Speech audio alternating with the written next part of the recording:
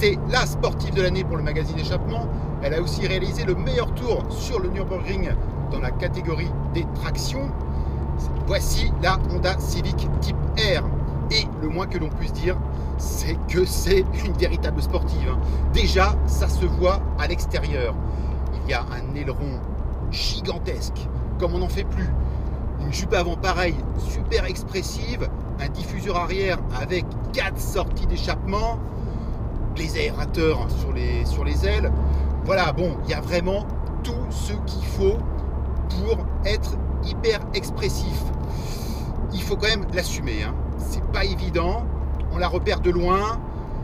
On a même tendance, sur l'autoroute, les gens ont tendance à se pousser en vous voyant dans le rétroviseur. Voilà, c'est une sportive, en tout cas à l'extérieur, comme on n'en fait plus. Parce que la Peugeot 308 GTI ou la Seat Leon Cupra sont, elles, on peut dire très très discrètes, hein, on les remarque quasiment pas, alors que cette japonaise, voilà, hein, on la remarque immédiatement. Cette sportivité se poursuit dans l'habitacle. On a par exemple des sièges baquets très très bien enveloppants. Et puis surtout, ce que j'aime bien, c'est ce poste de conduite. On est vraiment englobé, hein, c'est un vrai poste de pilotage. On voit ici cette partie arrondie. On a l'impression d'être quasiment seul, hein. Le passager est presque un petit peu oublié. Là, c'est très très enveloppant. Ça commence ici sur la contreporte avec les touches pour les commandes de lève-vitres. Ça remonte avec l'aérateur. Ensuite, tous les combinés, l'arrondi, ça redescend encore jusque sur le levier de vitesse pour terminer par cet accoudoir. Bon, avec tous ces appendices et tout cet équipement qui respire la sportivité, Honda aurait presque pu jouer à l'esbrouf. Pas du tout, hein. Sous le capot, on retrouve un 2 litres qui développe 310 chevaux. Alors, certains regretteront certainement que ce ne soit plus un moteur atmosphérique. Le japonais a cédé aux sirènes du turbo. Résultat, on ne monte pas aussi haut dans les tours. Le rupteur, cette fois-ci, est à 7000 tours. Et puis, il ne se passe pas grand-chose non plus en dessous de 2005. Par contre, entre 2005 et 6000, là, tout est plein, hein. Ça part, c'est super réactif. On a 400 Nm de couple. C'est nettement moins linéaire que sur une Peugeot 308 GTI ou une Seat Leon Cupra. C'est un peu plus vif et ça le devient encore plus quand on appuie sur ce bouton R+, ici.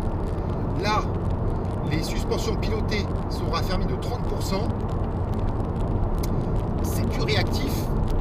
On a ici un affichage de la pression du turbo, du dosage sur la pédale de frein, de la température d'eau et d'huile. Et en plus, on a la direction qui sera fermée. Et ça, franchement, d'habitude, c'est toujours un petit peu dosé trop ferme ou trop mou. Là, c'est pile poil ce qu'il faut, hein. Et là, ça devient vraiment une machine à circuit. D'ailleurs, le japonais n'a pas lésiné sur tout ce qui est technologie. On a un différentiel à glissement limité, un train avant à pivot découplé, et le japonais a aussi beaucoup travaillé sur tout ce qui est aérodynamisme. On a cet aileron, d'accord, mais on a aussi un fond quasiment plat. Ce mode R+, quand même, sur des routes bosselées, c'est très très trépidant, c'est assez fatigant à la longue. C'est vraiment à réserver pour se faire plaisir ou sur circuit.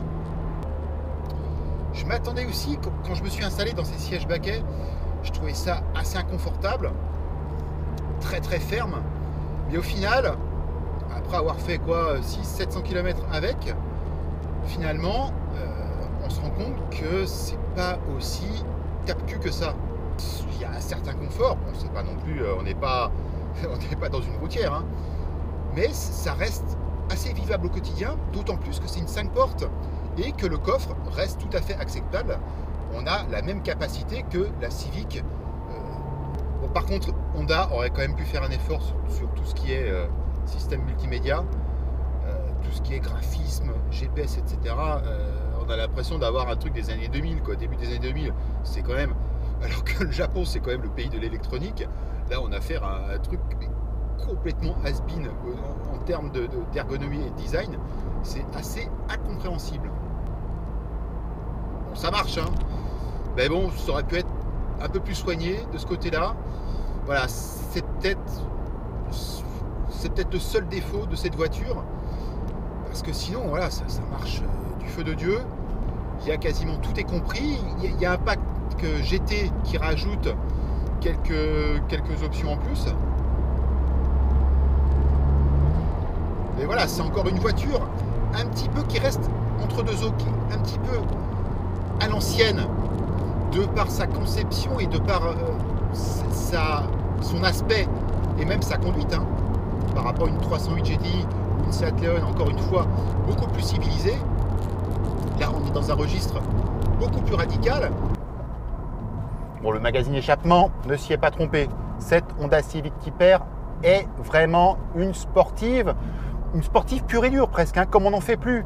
Déjà par son aspect extérieur, avec tous ces impadis tout droit sortis d'un magasin de tuning des années 90, mais aussi ça se matérialise par un habitacle qui est en adéquation avec cette vocation. Alors que maintenant les bombinettes ont tendance à devenir très très polyvalentes, avec notamment un très grand degré de confort, et bien ici on reste dans une philosophie totalement différente.